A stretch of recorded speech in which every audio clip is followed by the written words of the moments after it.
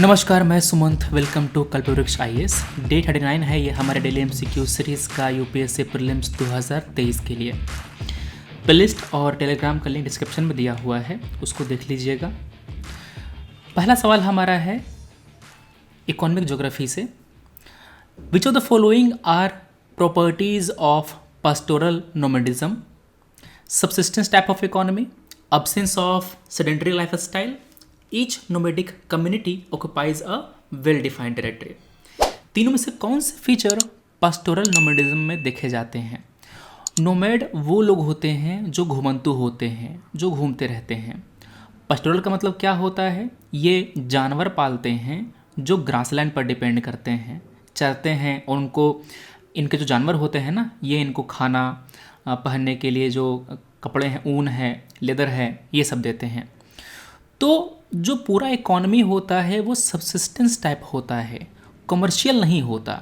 मतलब कि ये जो पशुपालन करते हैं, जो इनके मवेशी होते हैं, ये इनको प्रोवाइड करने के लिए होता है, ना कि उनको बेचने के लिए, कुछ कॉमर्स करने के लिए।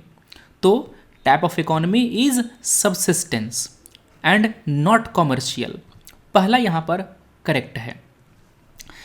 अब एक फीचर तो ये है कि ये लोग जगह जगह पर घूमते रहते हैं, मगर इनका अपना एक टेरिटरी होता है। ये उन्हीं टेरिटरी में घूमते हैं, उन्हीं टेरिटरी में अपना जो पशु है उसको चराते हैं।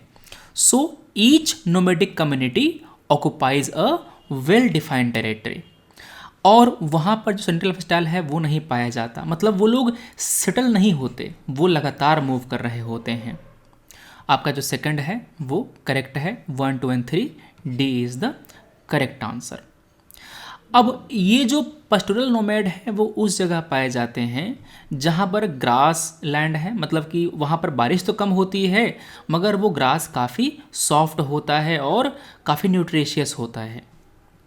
और यहाँ पर पाए जाने वाले जो जानवर हैं उसमें भेड़ आता है, शीप है, गोट है, इसके बाद जैसे कि देख रहे हैं आप डोंकी, हॉर्सेस, मवेशी, कैटल्स, ये सब होते हैं।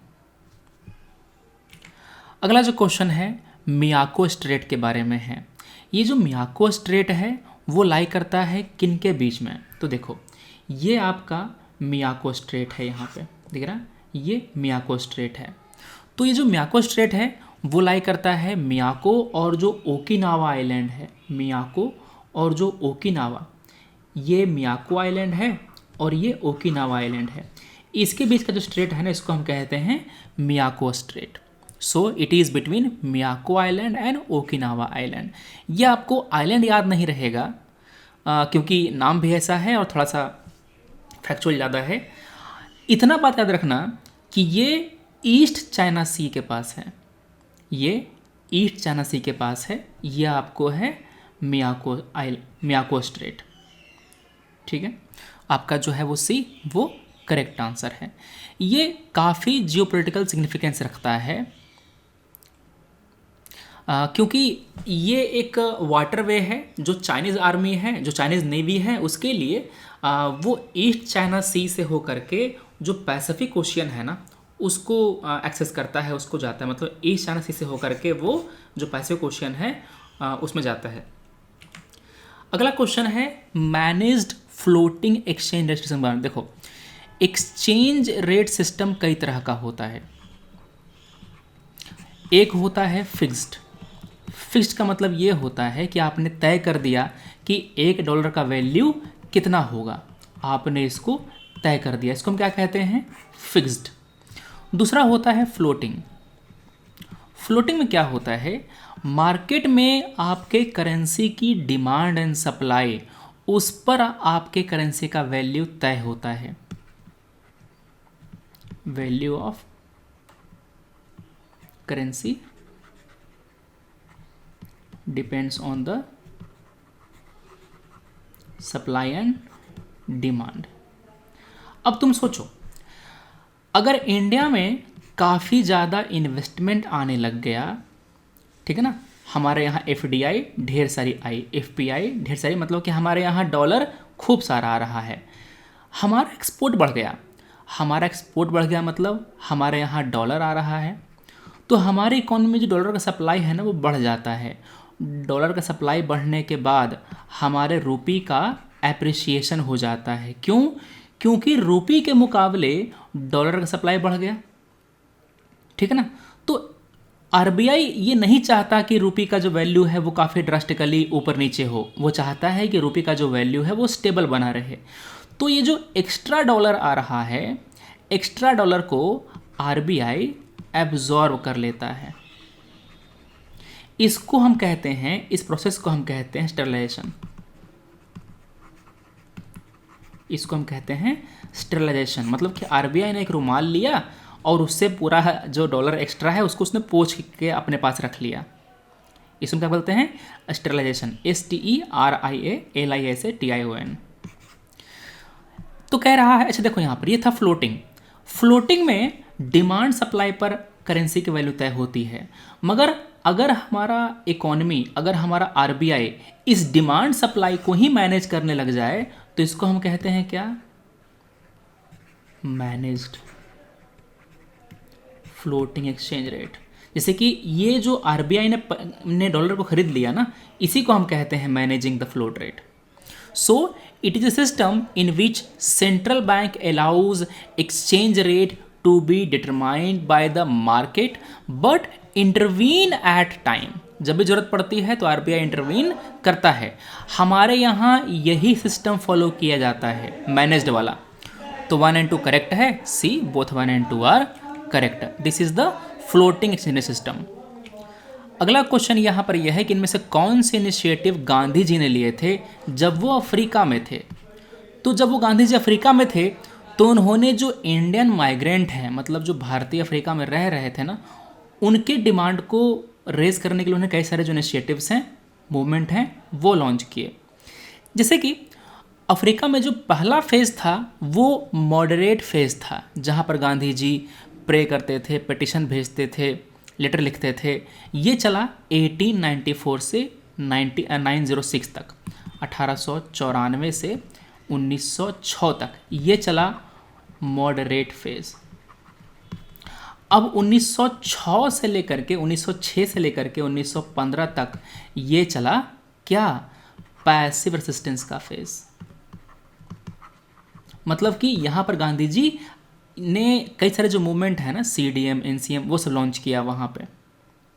गांधी जी इंडिया में आने के बाद दोबारा मॉडरेट फेज़ पर नहीं गए क्योंकि उनको इसकी लिमिटेशन पता थी।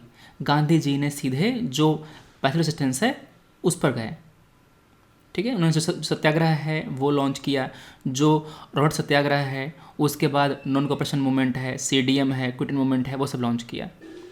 तो गांधी जी ने कैंपेन चलाया, जो इंडियन माइग्रेंट्स हैं उन पर जो रिस्ट्रिक्शन लगाया गया था उसके अगेंस्ट। किया क्या था ना कि गवर्नमेंट ने एक लॉ बनाया था जिसमें सभी भारतीयों के लिए कंपलसरी बना दिया गया कि सभी भारतीय अपने सर्टिफिकेट ऑफ रजिस्ट्रेशन को साथ ले घूमेंगे। मतलब कि जो भारतीय जाते थे ना अफ्रीका में, तो उनको वहाँ पर रजिस्टर किया जाता था, तो उसको आप साथ में लेकर घूमेंगे और साथ में उसका जो फिंगरप्रिंट होगा ना आपका, वो भी आपके पास रहना चाहिए, ठीक है। तो इसके खिलाफ गांधी जी ने आवाज़ उठाई। दूसरा, वहाँ पर जो भारतीय शादियाँ थी ना उसको इनवैलिडेट दे दिया गया था एक लॉ के ज़रिए, तो उसको भी उन्होंने प्रोटेस्ट किया था। जो नागालैंड कांग्रेस है उन्होंने इसको बनाया था। तो 1, 2 and 3 तीनों की तीनों बातें सही हैं, तीनों गांधी जी ने वहाँ पर इनिशिएट किया था। तो D करेक्ट है। अगला क्वेश्चन है पानीपत का जो तीसरा युद्ध था उसके बारे में। ये जो थर्ड बैटल है पानीपत का वो हुआ था मराठा के बीच में, और जो अफ़गानी है अहमद शाह अब्दाली है उसके बीच में हुआ था। यहाँ पर मराठा हार गए थे। मराठा जब हार गए तो ये क्लियर हो गया कि Maratha will not be replacing the Mughal. तो ब्रिटिश है ना, उसके सामने से जो बड़ा रोड़ा है वो हट गया। अब ब्रिटिश को चैलेंज करने वाला कोई नहीं रहा। थर्ड बैटल ऑफ पानीपत में मराठा को सपोर्ट करने राजपूत, अवध, पंजाब ये सब नहीं आए थे। इसके पीछे मराठा ही जिम्मेदार थे, सबसे लड़ते रहते थे, उनका किसी से बनता नहीं था, तो इसी कारण से वो पॉलिटिकली काफ़ी आइसोलेटेड थे, तो उसको सपोर्ट करने ये लोग नहीं आए थे। तो पहला यहाँ पे गलत है। ब्रिटिश एम्बिशन को सेटबैक नहीं मिला, जो मराठा हैं उसको सेटबैक मिला। सबसे बड़ा फ़ायदा हुआ ब्रिटिश को, क्योंकि ब्रिटिश के सामने जो एक बड़ा कांटा था मराठा के रूप में वो ख़त्म हो गया। अफ़गान तो पंजाब तक को होल्ड नहीं कर पाए। अफ़गानिस्तान जो अफ़गान थे ना, अब्दाली और उसके जो आगे के वंशज हैं, उनको भी कोई फ़ायदा नहीं हुआ इस बैटल से। बस ये हो गया कि मराठा की हार हो गई और ब्रिटिश के लिए जो एक बड़ा रास्ता है वो खुल गया। तो दोनों बातें यहाँ पर गलत हैं। D, neither one nor two are correct. अब मराठा ने क्या क्या किया था, जैसे कि राजपूत हैं, राजपूतों के साथ उनके इंटरनल अफेयर थे, उसमें वो इंटरफेयर करते थे मराठा। उनसे फाइन वसूलते थे, उससे ट्रिब्यूट मांगते थे। अवध का जो एरिया है उसको क्लेम किया था मराठा ने। पंजाब के खिलाफ एक्शन लेकर के जो सिख हैं उसको गुस्सा दिला दिया था मराठा ने। जाट, इनसे भी वो फाइन लेते थे और वो भरोसा नहीं करते थे जाट मराठाओं पर। तो इसीलिए राजपूत, अवध, पंजाब, जाट ये सब ने सपोर्ट नहीं किया था मराठा को।